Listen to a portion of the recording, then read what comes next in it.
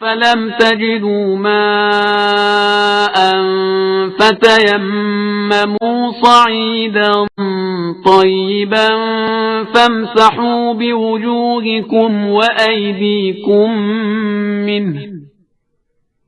اور پانی نہ ملے تو پاک مٹی سے تیمم کر لو، اس طرح کہ اپنے چہرے اور ہاتھوں کا مسح کر لو. بسم اللہ الرحمن الرحیم. الحمد للہ رب العالمین وصلی اللہ علی محمد وآلہ الطاہرین. موضوع گفتگو تیمم کا طریقہ. اب تک کچھ مسائل آپ کی خدمت میں بیان کیے گئے.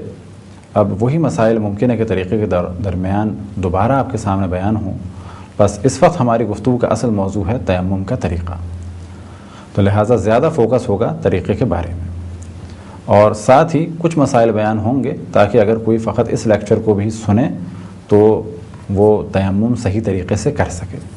لیکن ہماری خواہش یہی ہے اور گزارش یہ ہے کہ جب ڈراموں میں اور فلموں میں اور بہت سارے کاموں میں ٹائم لگایا جا سکتا ہے، گو کہ ان میں سے بعض دفعہ ٹائم دینا جائز بھی نہیں ہے، کیونکہ اگر ڈرامے یا فلمیں حرام ہوں تو ان کو دیکھنا بھی حرام ہے.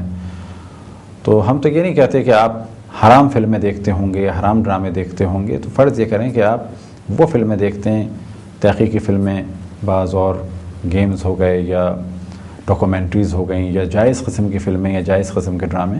تو اگر آپ جائز میں ٹائم لگا سکتے ہیں تو واجبات میں تو قطعاً زیادہ ٹائم لگانا چاہیے. پہلی چیز جو تیمم میں واجب ہے وہ یہ کہ نیت کی جائے.